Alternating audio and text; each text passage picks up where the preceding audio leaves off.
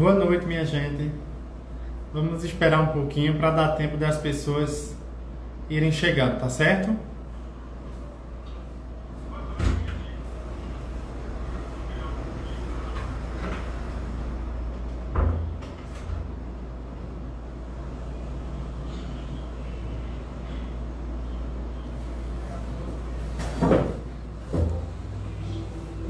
Vamos esperar um pouquinho para dar tempo das pessoas chegarem e só para a gente falar um pouquinho sobre o Evangelho, dando uma revisada de como fazer, porque tem algumas pessoas hoje que vão estar pela primeira vez, tá certo?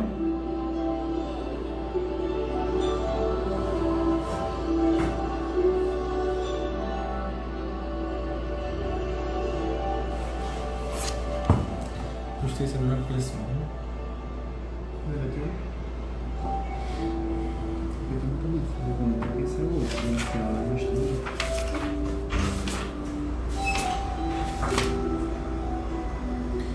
Pessoal, a produção pediu para avisar aqui que quem tiver com dificuldade de ver a gente, bota o celular na horizontal, tá certo? O Vando vai dar uma boa noite aqui para vocês também, daqui a pouco ele vai falar.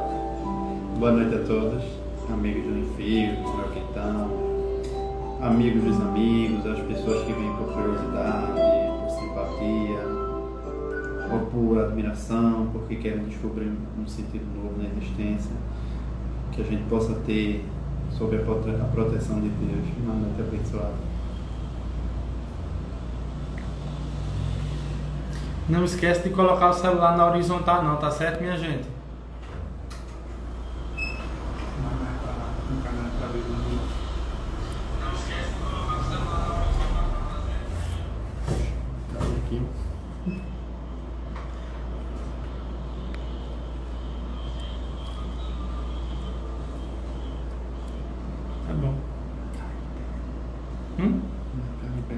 Vai cair, é? Pega a caixinha. Enquanto vocês vão se concentrando, a gente vai ajeitando o celular, que vai cair aqui.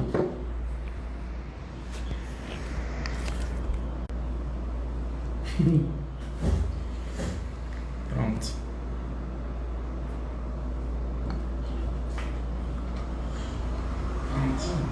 Desbloqueia o comentário. Como é que desbloqueia, Nandinho? É pra bloquear os comentários? É. Vai daí, vai aparecer aqui. Aqui é?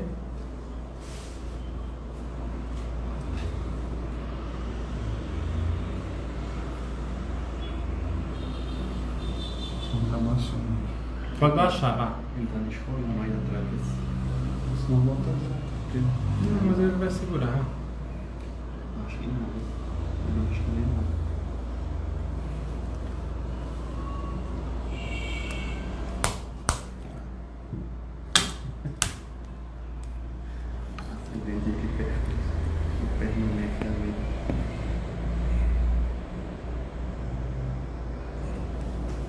Pronto.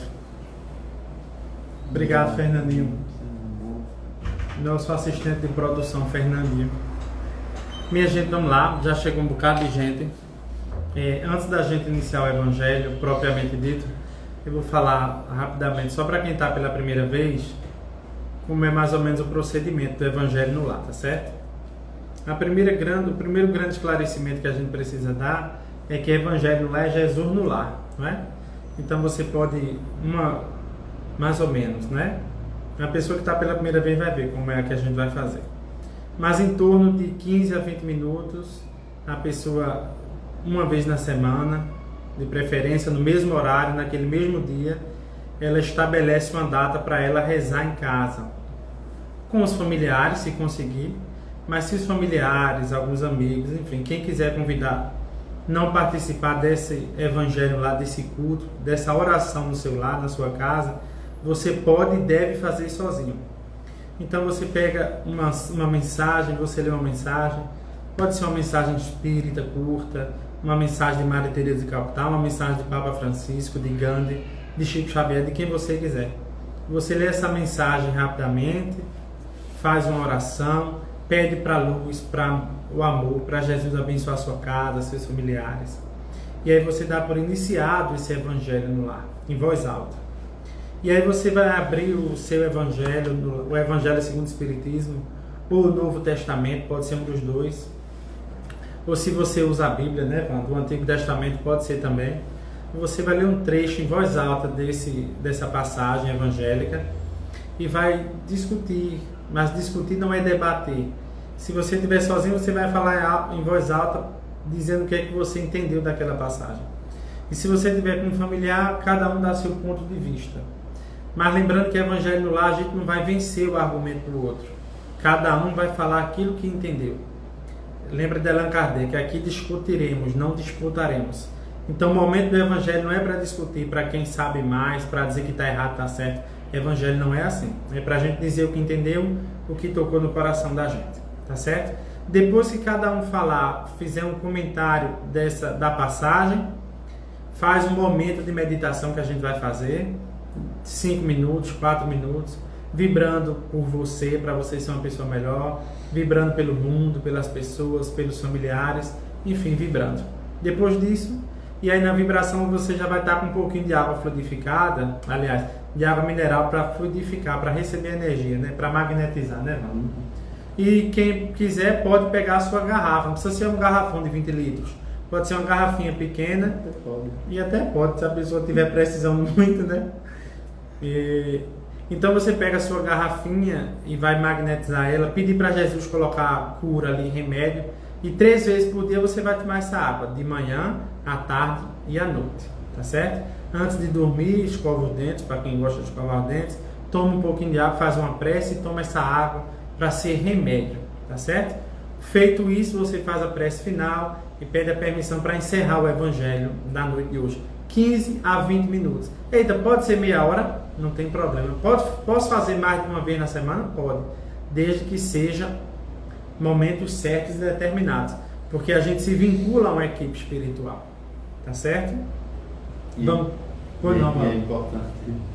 E é importante, né, porque Márcio colocou o Evangelho no lar, a gente usa o direcionamento e a diretriz espírita, mas, por exemplo, certamente que algumas pessoas que estão conosco hoje aí desse outro lado, que tem pessoas na família que não aceitam, que não entendem ou que não compreendem, então nada impede de que a gente possa fazer uma proposta de numa noite se conversar sem ser com direcionamento espírita. A gente se junta, a gente vai discutir, a gente vai refletir sobre um texto de cunho espiritual de Khalil Gibran, de Martin Luther King, a gente vai conversar sobre o preconceito sem violência, sem discussão, sem teor de agressividade, porque no momento em que a gente se une para fazer boas reflexões, a gente está trazendo boas coisas para dentro da gente e para dentro de casa.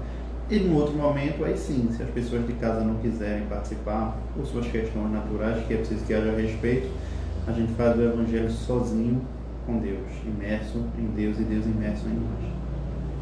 Tá certo, minha gente? Sempre lembrando, não há ninguém certo nem errado no evangelho, cada um dá a sua opinião, tá certo? Vamos começar, só lembrando, tá certo? Quem chegou agora, vira o celular e coloca na horizontal, certo?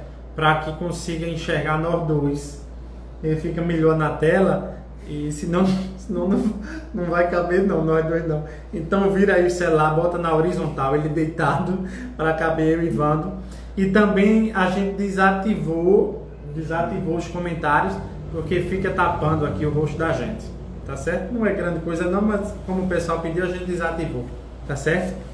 E lembrando também uma coisa importante, as pessoas dão nome pra gente rezar, certo? E a gente faz o nome na hora da meditação. Estou dizendo isso porque o comentário está desativado. O fato de Márcio nem Vando ler o nome não quer dizer que a pessoa não vai ser alcançada, não. A pessoa não vai ser beneficiada porque o nome é lido. A pessoa vai ser beneficiada porque é lembrada. Então, na hora da sua meditação, da sua prece, você pense naquela pessoa que está precisando e ela vai receber de todo jeito, tá certo? A prece, não há prece mais forte nem melhor do que a outra.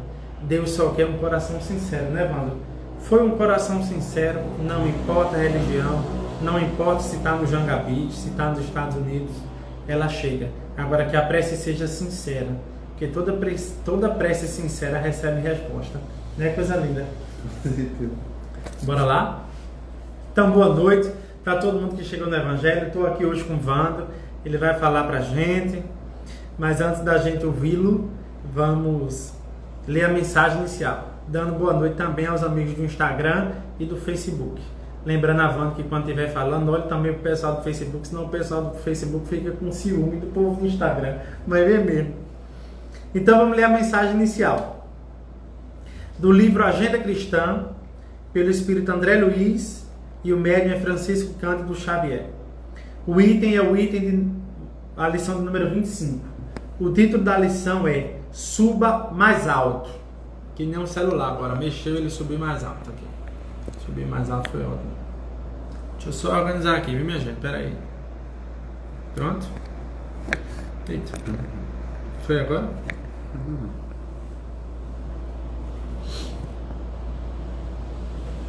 Acho que tá cortando minha carequinha aqui, mas não tem problema não, né?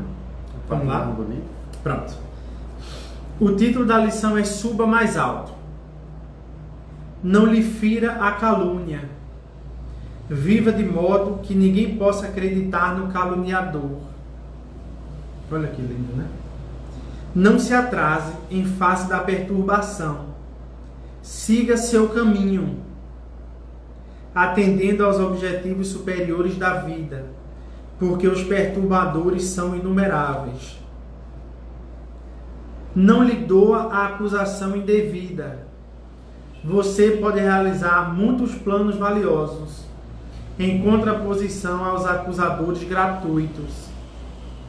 Não se incomode pela desconfiança descabida. Em qualquer lugar, você pode empregar a boa consciência no serviço honesto.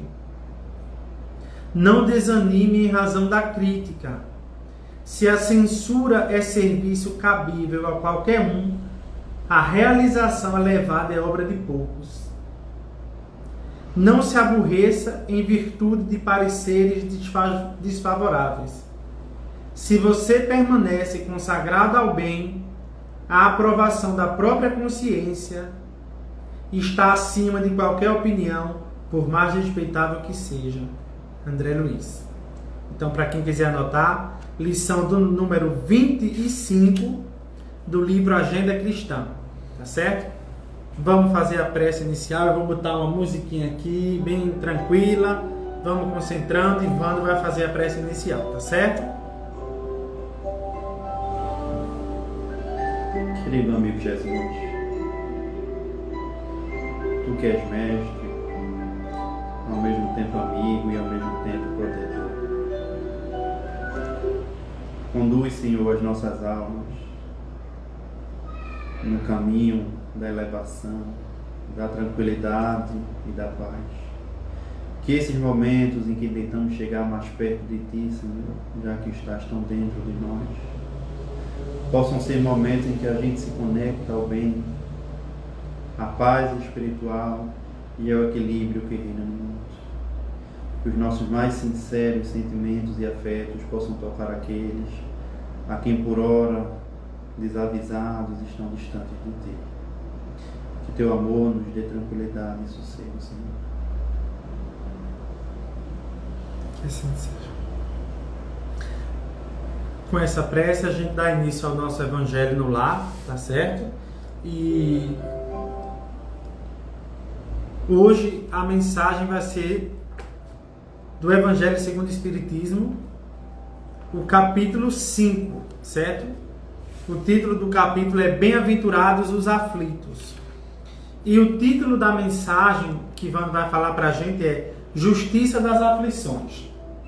Então, quem quiser acompanhar aí no seu Evangelho, capítulo 5, o item é o item 3, Justiça das Aflições, que eu vou ler a partir de agora. Só lembrando antes de ler que quem chegou agora, bota o celular na horizontal para ver a gente melhor, tá certo? Se quiser ver a gente melhor, viu? E a gente também não tá lendo os comentários, tá certo? Foram desativados, a gente não tá vendo nada aqui, tá bom? Somente na vida futura podem efetivar-se as compensações que Jesus promete aos aflitos da terra. Sem a certeza do futuro, estas máximas seriam um contrassenso. Mais ainda, seriam um engano. Mesmo com essa certeza, dificilmente se compreende a conveniência de sofrer para ser feliz. Dizem, para se ter maior mérito.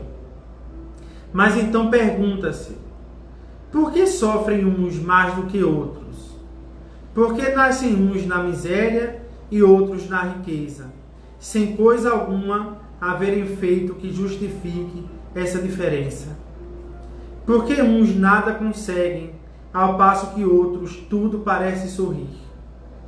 Todavia, o que ainda menos se compreende é que os bens e os males sejam tão desigualmente repartidos entre o vício e a virtude, e que os homens virtuosos sofram ao lado dos maus que prosperam.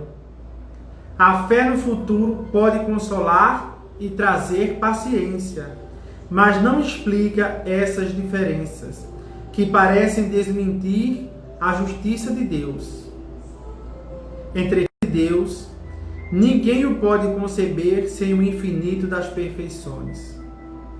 Ele necessariamente tem todo o poder, toda a justiça, toda a bondade, sem o que não seria Deus. Se é soberanamente bom e justo, não pode agir caprichosamente nem com parcialidade. Logo, as dificuldades da vida derivam de uma causa, e pois que Deus é justo, justa há de ser essa causa. Isso o de que cada um deve bem compenetrar-se. Por meio dos ensinos de Jesus, Deus pôs nos homens a direção dessa causa, e hoje, julgando-os suficientemente maduros para compreendê-la, lhes revela completamente a aludida causa por meio do Espiritismo, isto é, pela palavra dos Espíritos. Linda lição, né? A Ivandro vai comentar a lição pra gente, tá certo? Novamente, muito boa noite a todas, aos amigos do Instagram, aos amigos do Facebook. Que a gente possa continuar tendo uma noite de afago espiritual e de sossego para nossas almas. Na verdade, o Márcio disse que eu vou comentar, mas a gente vai fazer um bate-bola aqui na discussão desse tema, que é o capítulo do Evangelho segundo o Espiritismo que versa ou que estuda as passagens de moral ou magia religiosa de Jesus. Há uma ordem de 5 livros que compõem o corpo teórico da doutrina espírita, e o Evangelho é o livro que toca mais ao coração. Emmanuel vai dizer no livro Fonte Viva que a filosofia indaga muito bem, que a ciência esclarece perfeitamente bem, mas só o ensinamento que vai para o coração é que dá equilíbrio e sustentação. Então, essa é a iniciativa dos Espíritos, junto a Márcio, a Fernandinho, de toda quarta-feira termos o Evangelho. De fato, é para que a gente possa ter uma sustentação nesses momentos de pandemia, nesses momentos mais sensíveis para a nossa alma, em que a gente é convidado a refletir o mundo fora e refletir o mundo dentro, em que a gente é levado e a gente é puxado, por que não, a pensar como tem sido a nossa existência, o que a gente tem feito na nossa existência. Então, o capítulo, o Evangelho segundo o Espiritismo, ele vai carregar as principais lições da vida de Jesus. João, o evangelista, ele vai dizer que se todos os fatos realizados e todos os ensinamentos dados por Jesus fossem postos em livros, não caberiam em livros no mundo. Então, notadamente, no Evangelho segundo o Espiritismo vão ter os principais tópicos dos ensinamentos de Jesus. Por que eu estou colocando isso? E por que eu estou fazendo isso como introdução?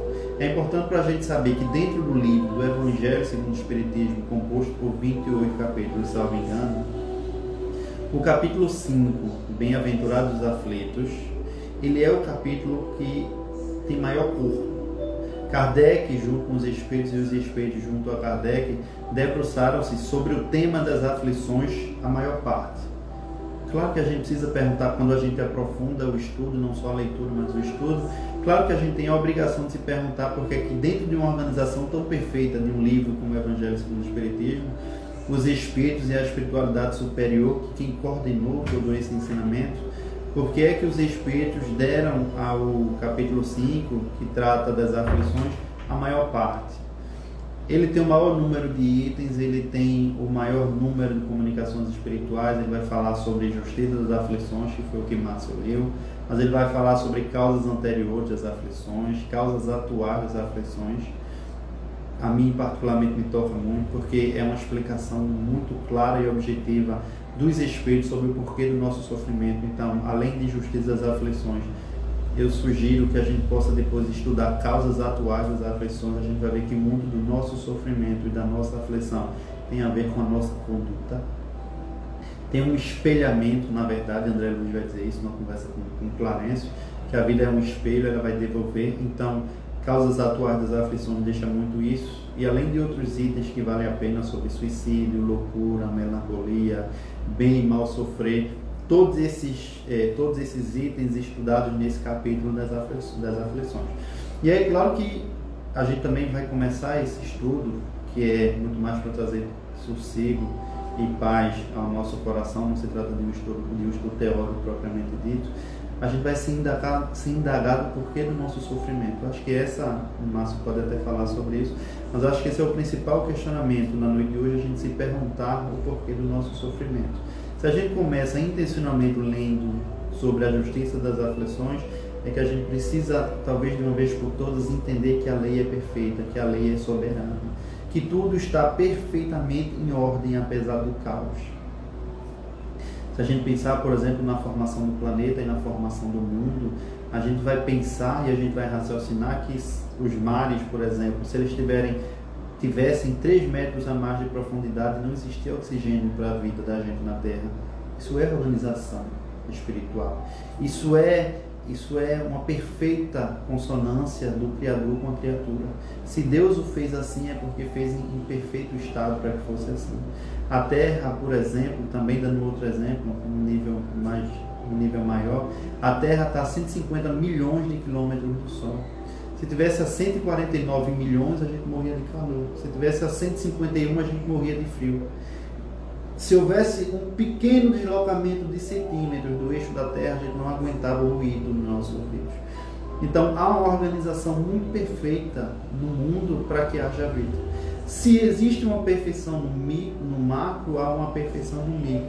O que eu estou querendo dizer com isso é que a grande lição da passagem, do capítulo, bem-aventurados os aflitos, é que a gente precisa de uma vez por todas aprender a viver com as nossas aflições. É por isso que lá na frente tem um capítulo que vai dizer bem e mal sofrer. A gente, talvez por deseducação ou por vício espiritual e vício humano, a gente está acostumado a ter uma relação com Deus e com a divindade de barganha de prosperidade. O que é que tu está querendo dizer com isso, Leandro? Se acontecer algo de ruim com a gente acha que Deus largou. Se a gente perder o emprego amanhã ou depois, a gente acha que Deus largou a gente. Porque a gente entende que Deus só está no que é bom. A gente acha que Deus só está no que é excesso. Se eu tenho um emprego e ganho mais ou menos, aquele que tem um emprego e ganha mais, Deus está mais do lado daquele do que do meu lado. E aí a gente vai construindo uma relação meio atrapalhada com Deus, uma relação de barganha, uma relação de prosperidade. Eu só estou com Deus quando as coisas dão certo. Quando a coisa aperta, eu olho para cima e digo, por que, meu Deus? Ou por que comigo, meu Deus? Por que só eu tenho um câncer? Por que só eu não passo em concurso? Ou por que só eu tenho um problema de depressão?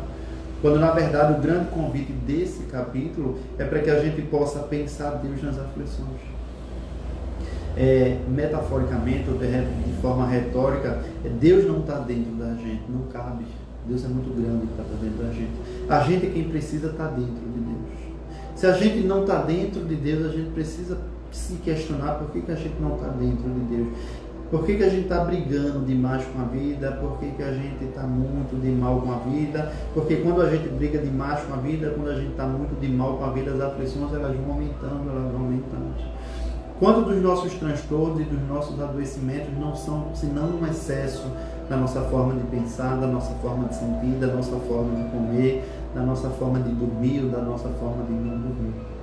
Isso também tem muito a ver com o tempo que a gente está vivendo. O século XX e século XXI traz muito desafio. A gente quer tudo muito pronto, a gente quer tudo muito rápido, isso vai trazendo uma angústia para a gente muito grande. Há um outro mal também, muito moderno, eu conversava com o Márcio sobre isso outro dia, quando a gente discutia a fala de hoje, a gente falando sobre o que é bom, sobre o que é ruim. A gente criou uma ilusão de que o que a gente precisa é extraordinário. O bom para a gente serve, então a gente não vai ter uma relação perfeita, mas a gente pode ter uma relação muito boa. E isso tem que sustentar o meu espírito. A gente não pode ter a família mais funcional, mas a gente tem uma família bacana que eu sei que eu vou chegar em casa e eu vou contar com fulano meu, eu vou contar com fulano meu. Quando a gente faz isso, a gente vai entrando em paz com a vida. A gente vai tendo e vai construindo um sentido espiritual. Eu bato muito nessa tecla, porque a gente foi perdendo talvez o sentido da nossa existência. E quando a gente perde o sentido da nossa existência, a gente acha que o sofrimento é uma punição. E aí eu repito o que diz o capítulo: a gente precisa ser um aflito bem-aventurado. A gente precisa ser um aflito que compreende o seu sofrimento. E aí, justiça das aflições. Não é para que a gente compreenda tudo muito bem ou de forma mais clara, a gente precisa olhar para frente. A gente precisa olhar para o futuro. E aí entram alguns pilares que o Espiritismo explica, como a reencarnação. Né? Evandro, deixa eu só fazer uma pergunta. Desculpa lhe interromper, coisa linda. Tem muita gente assistindo, né? Então, cada um com sua aflição, né? Uns com problema de saúde, outros com problema no relacionamento, outros com doença, né? E você falou aí das aflições no excesso. Então eu queria te perguntar, talvez para eu entender com sua fala e também para quem está acompanhando, toda aflição ela é necessária que a gente está passando hoje e falando nessa aflição, não é? O que é que tem a ver essa aflição, talvez desnecessária, com o nosso livre-arbítrio e a gente se sente numa solidão? Por exemplo, eu tenho uma pessoa conhecida que diz assim: todo final de semana eu como sushi, né? Então ele come sushi. Aí chega a fatura do cartão e ele diz assim: estou numa aflição. Essa é uma aflição justa? Explica um pouco para a gente disso, o relacionamento que tem muito ciúme, que tem muito egoísmo. Essa aflição é uma aflição justa? O que é que a gente precisa aprender para não passar por isso? Por favor. Certo. Eu vou começar pelo fim. Eu vou dizer: essa pessoa do sushi que quando for comer me convide. E aí vou entrar na questão das aflições. Causas atuais das aflições, ele vai falar bem dessa tua questionamento, mas a gente vai tentar explorar e depois você inclusive complementa. Tem um autor da literatura vulgar, ordinária, da literatura comum, que ele vai dizer que o modo como a gente evita o sofrimento é que faz a gente sofrer. O modo como a gente evita o sofrimento é que faz a gente sofrer. Então a gente precisa se relacionar com a nossa dor e com o nosso sofrimento de uma outra forma. O que é que a gente faz? Muitas vezes a gente se vinga. Isso é aumentar a nossa dor, porque vingança não é remédio. Vingança não é remédio. É porque o tema perdão, por exemplo, ele acabou sendo vulgar, ele acabou sendo demodé, mas ele é um tema ainda inédito para os nossos corações e para as nossas almas. Por exemplo, a Organização Mundial de Saúde colocou que o perdão é um quesito de saúde pública, assim como é a vacinação, assim como é o saneamento básico.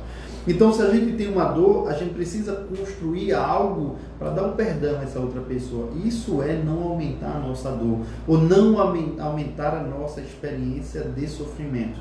A gente vai passar pelas aflições, todo mundo vai passar pelas aflições e pelo sofrimento. O espírito que habita o planeta Terra, esses 7 bilhões e 200 milhões de espíritos, ele é marcado pela dor, ele é marcado pelo sofrimento. Isso é punição, isso porque a gente é uma raça perdida, mal colocada no mundo, a gente está perdido nessa bola azul imensa? Não. É porque Deus entendeu na sua perfeita harmonia, na sua perfeita sabedoria, que só com a dor é que a gente ia ter a lição necessária para o nosso aprendizado. Só ganhar nos deixa bobo. Quando a gente só ganha, quando a gente tem só vitórias, quando a gente tem só coisas materiais e quando a gente tem tudo muito fácil, a gente se torna bobo. Então a gente precisa desse outro lado para ter o aprendizado. Então o modo, voltando à questão do modo como a gente se relaciona com o dor, é que vai fazer com que esse sofrimento ele tenha um aprendizado, ou esse sofrimento ele não tenha um aprendizado. A gente precisa entender, e a gente já sabe disso com 20, 30, 40 anos, todo mundo já sabe disso, que tem uma saúde mental equilibrada, uma saúde mental boa. A gente já sabe que a dor se consome. A gente tem a dor, mas ela vai se consumindo. Daqui a pouco a gente tem vida de novo para seguir adiante, para seguir adiante, para seguir adiante. Então a gente precisa estabelecer essa conexão com a vida, parar de brigar com a vida. O celular agora ele brigou conosco. Nando, pede para ser o câmera, por favor, ligar depois. Então a gente vai brigando com a vida, e aí a gente vai, ao invés de ir fazendo reparos na nossa alma, a gente vai criando condições mais em pé. Olha aqui o celular brigando com a gente. Então, ao invés de a gente ir fazendo reparos, a gente vai criando dores maiores. Por exemplo, o que a gente faz? Veja que inversão a gente dá. A gente perde alguém e a gente diz que nunca mais vai amar. A gente está aumentando a dor da gente. Uma experiência ruim não quer dizer que a gente vai ter sempre experiências ruins. O modo como eu relaciono, o Márcio citou então, o modo como eu relaciono com o que eu tenho, isso é fundamental, isso é importante. Emmanuel estabeleceu para André Luiz os 3 conselhos de disciplina. Ora, se eu ganho 100, eu não posso gastar 200. E aí eu não posso, quando chegar o cartão lá, tamanho de uma carta de amor de Romeu para Julieta, eu não posso olhar para Deus e dizer assim, Deus me ajuda, porque se eu fiz, eu preciso resolver. Isso é uma outra coisa que acontece muito, isso é uma coisa muito bonita que tem no livro O Começo de um Adeus, que vai girar em cima de uma frase. A gente sempre precisa de alguém para culpar.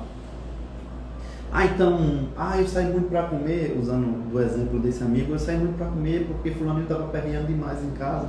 Eu posso usar de outros artifícios, eu posso sair para caminhar, eu posso sair para refletir, eu posso ouvir uma palestra, eu não preciso necessariamente fazer aquilo que eu não posso garantir, que é o pagamento, por exemplo, da conta no final do mês. Se alguém me agride, diz Jesus. Se alguém me fere, coloca Jesus. Na verdade, ensina Jesus. Se alguém me agride, dá outra face. Vando é fácil? Claro que não. Quando Jesus diz dá outra face, a gente vai muito para o objetivo, a gente pensa que é o outro lado do rosto bonito que a gente carrega. Não é isso, a outra face é a face interna. Por que essa criatura está me dando isso? Por que essa criatura está me dando isso? Porque quem é doente da alma. Sem que isso seja algo pejorativo, tá, gente? Já que todos nós somos enfermos da alma, porque a gente ainda não aprendeu a amar, a gente ainda não aprendeu a perdoar, a gente ainda não está nesse processo contínuo de evolução. A gente já ama, a gente já perdoa, mas não de modo contínuo. Não é fácil, não é simples, mas a gente precisa exercitar. Wando, Márcio, mas eu tenho muita dificuldade em perdoar, eu tenho muita dificuldade em silenciar, eu tenho muita dificuldade em respeitar. Você está falando do seu íntimo quando você diz isso. Porque quem tem mais dificuldade não iniciou o processo. Quem desconhece o processo doloroso de perdoar, porque é doloroso até que se torna uma ação, até que se torne algo caridoso, e na caridade a gente ganha mais do que o outro. Quem não iniciou esse processo ainda vai sentir muito mais dificuldade. É como alguém que vai fazer prova, um estudou e o outro não. Aquele que não estudou vai ter muita dificuldade. Agora, a gente precisa começar a colocar em prática, porque colocando em prática, daqui a pouco a gente vai dar craque nisso. Diz André Luiz que aquilo que a gente não tem intimidade, ou aquilo que a gente ainda não sabe fazer, a nível de virtudes, inclusive de virtudes espirituais, a gente precisa começar na obrigação. Uma criança, ela não gosta de escovar os dentes. Pergunta a qualquer criança, ela não gosta de escovar os dentes. Mas ela precisa, na imposição, sem violência, ela precisa escovar os dentes. Daqui a pouco ela acorda, ela vai escovar os dentes. Ela não pergunta por quê, nem chora, nem grita, ela vai escovar os dentes. Da obrigação se passa um hábito. E depois do hábito é espontâneo. Então, se a gente, por exemplo, se a gente tem muita raiva, se a gente tem muito preconceito na nossa fala, por exemplo, o caso que estourou na televisão agora de Tami, da questão da sexualidade, enfim, de tudo isso, se a gente tem ainda muita dificuldade com isso, a gente cala. A gente respeita que o outro agride, ou que o outro silencie, ou que o outro seja a favor, mas a minha atuação diante disso é o silêncio. A minha atuação como cristão diante disso é o respeito com o que o outro escolheu para si ou com o que o outro decidiu para si. O que acontece é que a gente, tendo dificuldade com as nossas questões, muitas vezes a gente faz essa projeção e aí a gente dando a esculhambar, a gente dando a esculhambar, a gente dando a esculhambar, a gente dando a esculhambar. Todas as emoções, sem exceção de nenhuma, todas as emoções, quando a gente dá vazante a ela deixa um resíduo. Toda emoção ela deixa um resíduo. Se a gente é muito violento, isso vai deixar um resíduo dentro da gente. Se a gente é muito preconceituoso, isso vai deixar um resíduo dentro da gente. Se a gente é muito intolerante, isso vai deixar um resíduo dentro da gente. De pouquinho em pouquinho, diz o ditado popular, galinha enche o papo. De pouquinho em pouquinho, as nossas células começam a adoecer, porque mente e corpo está colado, né? Algum dia quiseram dividir isso. Mentira, isso está colado. Mente e corpo, corpo e mente. Então, a mente, o meu preconceito, o meu espírito começa a adoecer, o meu corpo começa a adoecer, o meu corpo daqui a pouco estoura um câncer de garganta, se eu falo muito, se eu falo muito mal. É punição? Não, é consequência natural daquilo que eu estou produzindo da minha vida. Por isso que é sempre oportuno começar. Ah, mas eu tenho 50 anos, mano, que importa? A gente tem uma vida pela frente. Ah, eu tenho 70 anos, que importa? Eu tenho 20, eu tenho 15. Ah, eu não gosto, não tem mais religião, porque ao longo da reencarnação a gente foi brigando com a religião e houve um processo de briga. A gente vai tentando conversar sobre outras coisas que tragam paz e equilíbrio. Eu gosto sempre de falar e comento isso com os meninos no livro 12 anos de escravidão, que conta a história de Solomon Northup. Ele diz que o que salvou a sua vida foi um violino. O que é que pode salvar a minha existência, a existência de Márcio, a existência de todo mundo? O que é que pode diminuir a minha aflição? Como é que eu posso me relacionar com a minha dor para diminuir o meu sofrimento, a minha angústia? Porque a gente troca de colchão, troca de travesseiro, pega travesseiro, pena de ganso, pena de pato, a gente encosta na cama e a gente não consegue dormir. Que aflição é essa que toca a minha alma? Qual é o recado que a dor está mandando para o meu espírito? E isso é importantíssimo de a gente pensar. Vale, inclusive, citar que de 10 pacientes que tomam antidepressivo, eu sempre falo sobre isso, de 10 pacientes que tomam antidepressivo, 5 têm efeito e 5 não têm efeito. E o remédio, qualquer medicação, ela é 30% placebo. Se não tiver a minha parte naquele processo de cura, não adianta. De igual maneira na doença, Jesus dizia para os homens, a tua fé te curou. E aí a gente precisa se indagar, isso não está lá, mas a gente precisa se indagar, o que é que nos adoeceu? Se a nossa fé não curou, o que foi que nos adoeceu? E aí entra o capítulo que fala das causas atuais das aflições, o meu excesso, e aí Márcio vai falar um pouco sobre isso, é meu excesso, a minha forma de pensar, a minha forma de sentir, a minha forma de falar, a minha maneira de se relacionar com o outro. Todo mundo é muito dono da verdade, todo mundo está com a razão, e aí é muita briga, e aí é muita coisa, aí daqui a pouco a gente está de mal todo mundo, mas a gente está certo, a gente está com a razão, eu não vou abrir mão disso, eu não vou abrir mão disso, eu vou abrir mão disso, a gente está sozinho, a gente entra num processo depressivo, a gente entra num processo de vazio existencial muito grande, e a gente vai estar procurando sentido e não vai estar achando sentido. Não é, Marcinho? E o Wando, aí resultado, nesses 5 minutos que falta agora para a gente, para essa primeira parte, sabendo da justiça das aflições, especialmente porque a gente aqui está falando do Evangelho segundo o Espiritismo, como é que a mensagem espírita, como é que a mensagem cristã de Jesus, e é uma mensagem que ninguém precisa saber, a gente sente no coração, né? O cristão não precisa de aplauso, ele precisa de silêncio, né? De virtude. Então, fala pra gente nesses últimos 5 minutos. Para quem está aflito em casa, especialmente nesse momento de pandemia, para quem não está podendo ir nas ruas, para quem está um pouco triste, um pouco depressivo, para quem está com alguma dificuldade, né? Com suas dores, com suas angústias. Como é, sob essa ótica de justiça e de aflição, como é que a gente pode tentar ressignificar, ou seja, ter objetivos para continuar, ter motivos para continuar acreditando, para, apesar de tudo, vamos em frente, que vai melhorar, sem que isso seja uma frase repetida somente. O que é que a gente pode fazer no dia a dia, simples, no prático? O que é que essas pessoas, o que é que a gente pode fazer para melhorar, para se sentir na vida novamente? Você tem 5 minutos para isso. Por favor. Tem um livro que eu gosto muito chamado Velho e o Mar. E ele narra a amizade de Manolim e Santiago. E aí o velho está 86 dias sem conseguir pescar nada. E aí todo mundo está tirando muita onda dele, todo mundo está abusando muito dele, todo mundo está perturbando muito com ele fica meio depressivo, meio triste, mas ele acorda certo dia e diz assim, eu vou atrás disso. Essa maré de azar, essa maré de coisa ruim vai acabar. E ele se lança ao mar e com muita luta e com muita resistência na sua alma, ele consegue captar um peixe. Ele volta e mostra o peixe. Quando a gente está muito derrubado, quando a gente está muito cansado, quando a gente se sente muito culpado, porque esse é um problema que parece não fazer parte da gente, mas esse é um problema muito grande da nossa alma, a culpa que a gente tem, a gente começa a criar processo de apatia pela vida, de desilusão pela vida, processos de violência, de agressividade contra a gente e contra o próximo, isso tudo decorrente da culpa, de como a culpa se inscreve em nós. Então, quando a gente está carregado por essas dores, a gente precisa reiniciar. Na pergunta de Márcio, ele traz naturalmente a resposta. Aquilo que a gente precisa fazer quando a gente não encontra motivos para viver, é encontrar motivos para viver. Quando a gente não tem razões para viver, é encontrar razões para viver. Wanda, como é que eu faço isso? A gente precisa jogar as cartas na mesa. A gente precisa fazer um processo de autoavaliação, para não usar de autoconhecimento, porque às vezes a gente acha que não pode se conhecer. Então, a gente faz uma avaliação. O que é que eu gosto, o que é que eu não gosto? O que é que está pesando e o que é que não está pesando? Qual é o mote dentro de mim que está me causando tanto sofrimento?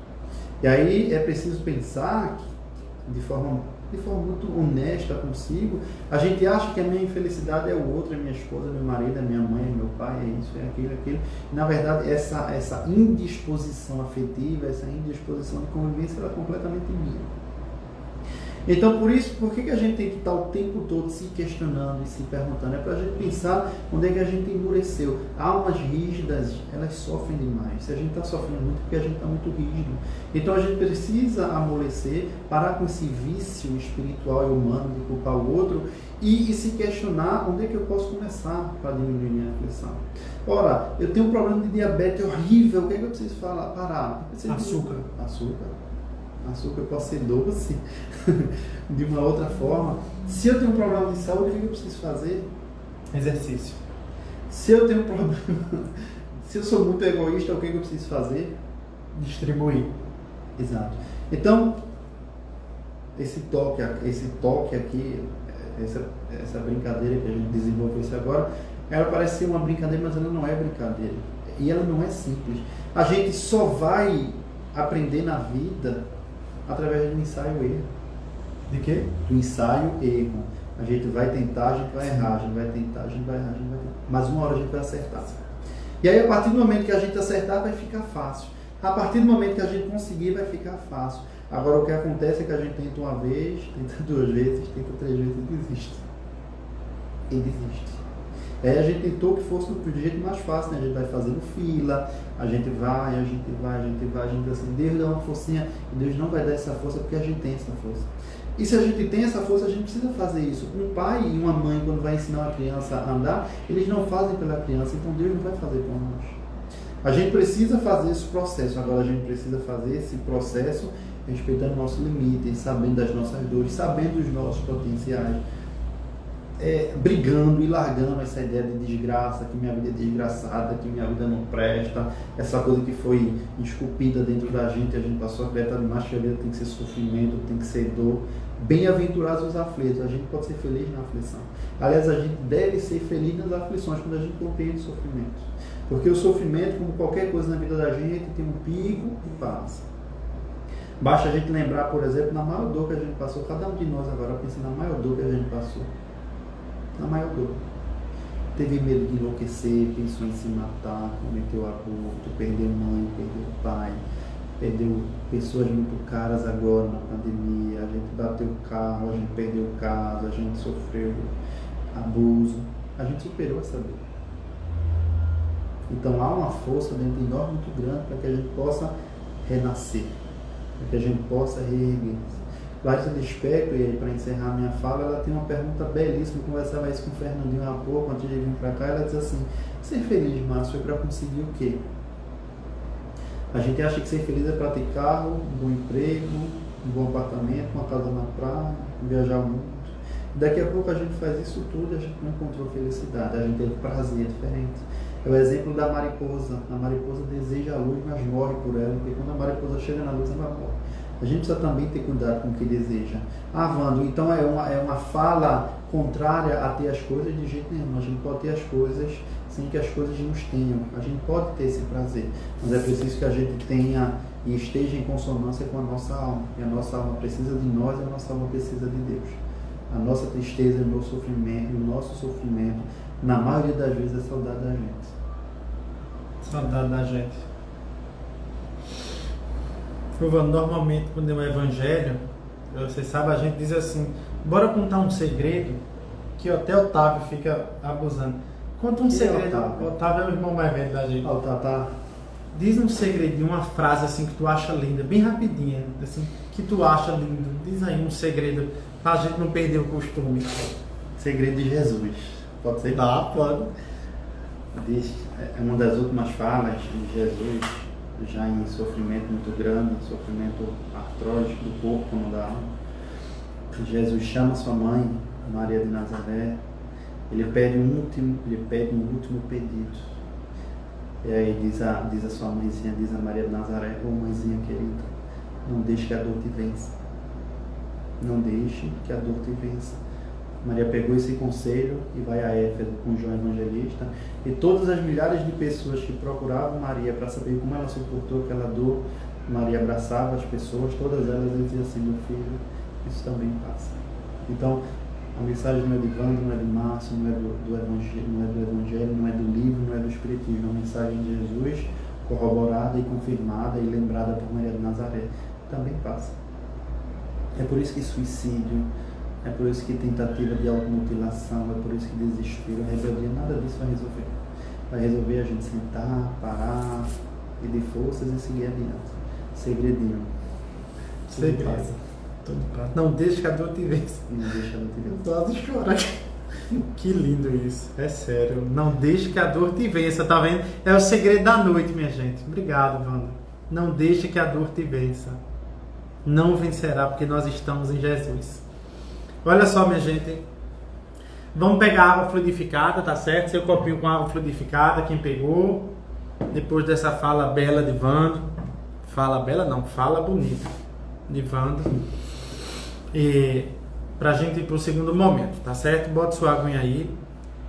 Algumas pessoas, eu quero lembrar que a gente tá sem os comentários, então a gente não tá lendo o que estão colocando, tá certo? Mas a gente tem alguns nomes aqui para esse momento de oração e de meditação, tá certo? E para Dona Áurea Marinho, desencarnou ontem, ela é fundadora do Centro Espírita Vem de Luz. Dona Áurea. Pela saúde do senhor Jadilson Francisco da Silva e José Breno de Souza Filho, pela saúde dele, pela saúde de Dona Rose Moura, que vai se operar dia 11, que tenha sucesso e terá, pela saúde de Dona Edith Cordeiro, que está se recuperando, graças a Deus, por Aline Alves, que deu o nome, por Dona Glória Rangel, uma trabalhadora incrível do movimento, lá do Rancho de Himalaia, me lembrei muito dela hoje, por ser Luciano Pereira, pela saúde dele, está internado, mas vai ficar tudo bem. Pela mãe da nossa querida Chaveirinho, Dona Luzinete Moura, que ela receba essa luz. Por George Henrique Machado Silva, boas vibrações para ele. Por todos aqueles que estão precisando de saúde nesse instante de meditação, que a luz entre na sua casa, pense coisas boas. E hoje especialmente para o nosso guerreiro pequeno Ravi, um bebezinho de 7 meses lindo, que está lutando com tudo que pode na UTI do hospital, e ele vai sair dessa, tá certo?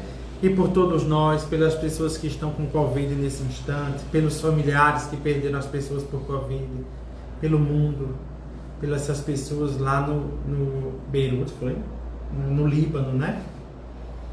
Eu disse Beirute, no Líbano, é que eles recebam esse amor, tá certo, minha gente? Vamos lá. Eu errei o nome, vão estar rindo aqui, lá do Líbano, tá bom? E vou botar uma música e a gente vai pensar, tá bom?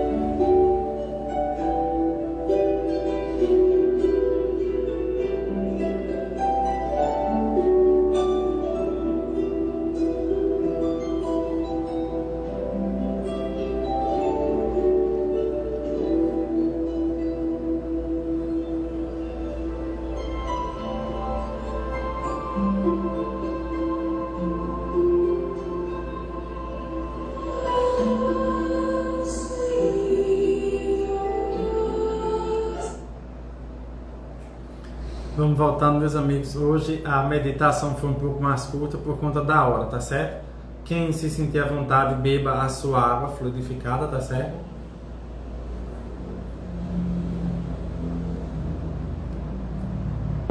Lembrando, minha gente, que essa água fluidificada ela pode ser dada a crianças, a pessoas hospitalizadas, né? E ao bebezinho que está, né, bebendo uma aguinha, todo mundo pode usar dessa água, tá certo? Você é um alimento, é um remédio, lembra sempre disso, tá bom? Quero agradecer a Wanda, obrigado. A alegria foi nossa. A alegria foi nossa. Obrigado a cada um de vocês. A gente não dá para responder a todo mundo, que a gente não mexe nessas coisas de computador. Mas obrigado pelo carinho de todo mundo. Vamos fazer a prece final agora. Para a semana a gente está aqui novamente. Façam o evangelho, continue rezando. E lembre do segredo que Wanda trouxe hoje para a gente.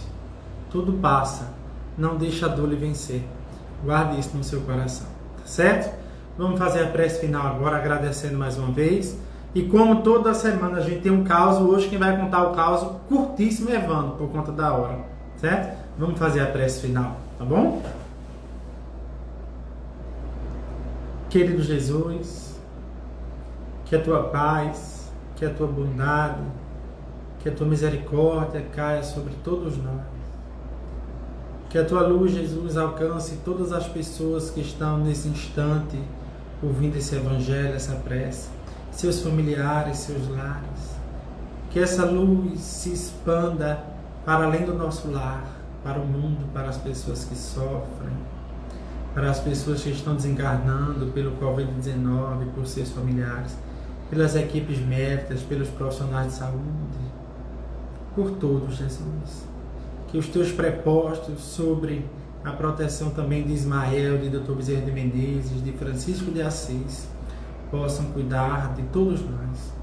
Muito obrigado, Jesus, pela vida, pelos amigos, pela família. Muito obrigado pelo lar. Nós louvamos a tua grandeza, Jesus, e nós te agradecemos com o pouco que temos pelo teu amor tão infinito. Obrigado, Senhor. Muito obrigado. Que assim seja.